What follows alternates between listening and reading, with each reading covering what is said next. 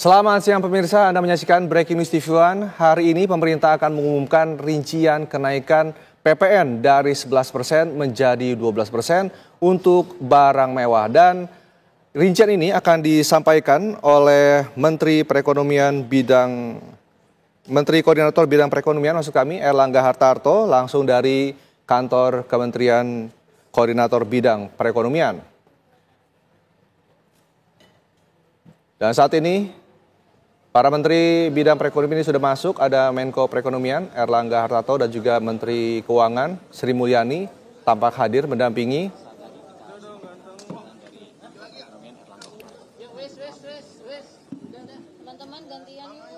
Tidak hanya soal PPM, rencananya pemerintah juga akan mengumumkan terkait dengan paket stimulus ekonomi terbaru, dan paket tersebut berupa insentif pajak yang akan diberikan dari pemerintah untuk industri otomotif serta properti.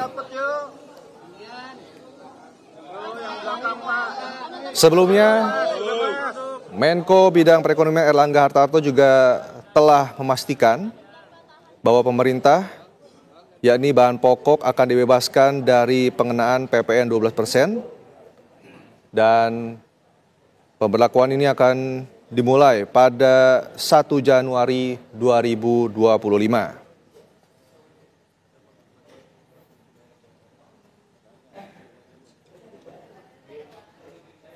Selain soal PPN, pemerintah juga rencananya akan mengumumkan mengenai kebijakan fiskal lainnya, di antaranya soal insentif pajak penjualan atas barang mewah atau PPNBM dari kendaraan dan pajak pertambahan nilai ditanggung pemerintah atau PPNDTP.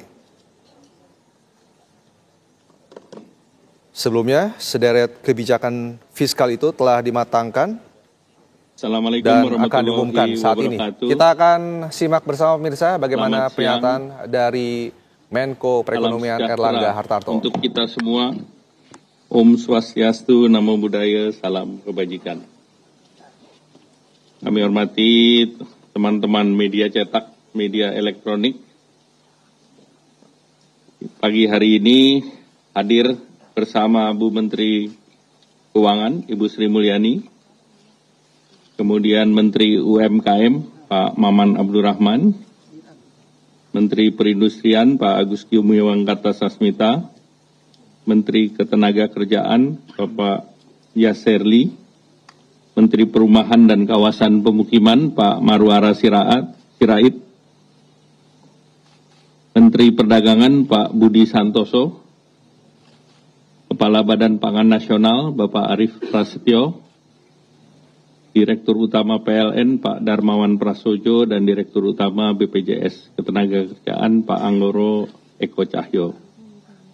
Bapak Ibu yang kami hormati, atas arahan Bapak Presiden, maka pada pagi hari ini kita sampaikan paket kebijakan ekonomi untuk kesejahteraan yang nanti juga akan disampaikan oleh masing-masing menteri. Nah, sebagai background, hingga akhir tahun ini pertumbuhan ekonomi masih terjaga rata-rata 5%, secara kumulatif sampai dengan Q3 itu 5,03%. Dan inflasi tetap terjaga di bulan November di 1,5%, 1,55. Konsumsi rumah tangga ini menyumbang lebih dari 50% ekonomi Indonesia dan tumbuh kuat, dan diharapkan tumbuh di atas 5%. Daya beli masyarakat masih relatif kuat. Kita lihat di indeks keyakinan konsumen, ini bulan November masih 125,9. Naik signifikan, dan tentunya juga kita lihat sejalan dengan data yang kita dapat dari Nielsen menunjukkan bahwa masyarakat masih kuat untuk berbelanja dengan consumer spending tumbuh 1,7%, dengan consumer spendingnya 250 triliun. FMCG, fast moving consumer good, itu 1,1% tumbuhnya. Yang satu lagi yang tekno, konsumen yang barang-barang digital termasuk HP, komputer, digital sebesar 4,3%.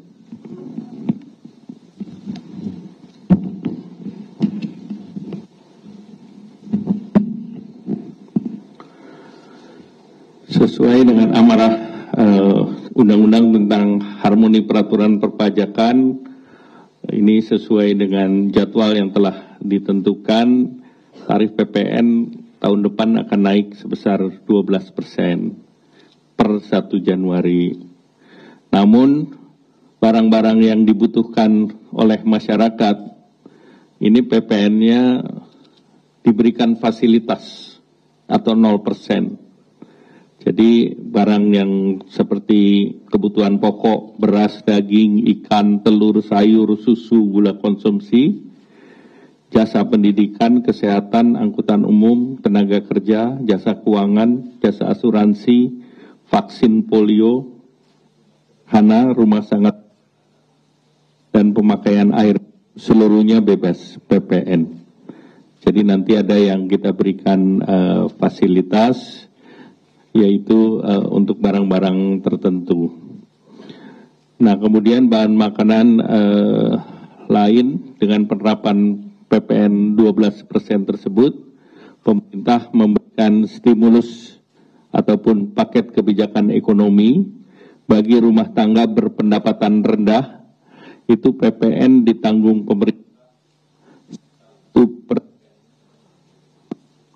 1% untuk barang kebutuhan pokok dan penting, yaitu minyak kita, dulunya minyak curah, itu diberikan 1%, jadi tidak naik ke 12%, kemudian tepung terigu dan gula industri, jadi masing-masing tetap di 12%, yang 1% ditanggung pemerintah.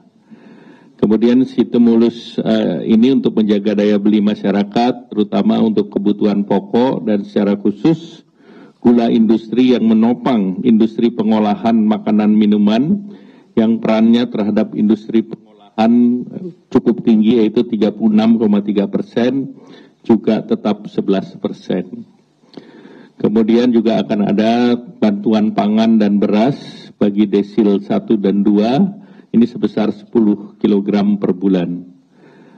Nah, kemudian untuk mengurangi beban pengeluaran rumah tangga dan daya listrik terpasang di bawah atau sampai dengan 2200 volt ampere, diberikan biaya diskon sebanyak 50% untuk 2 bulan.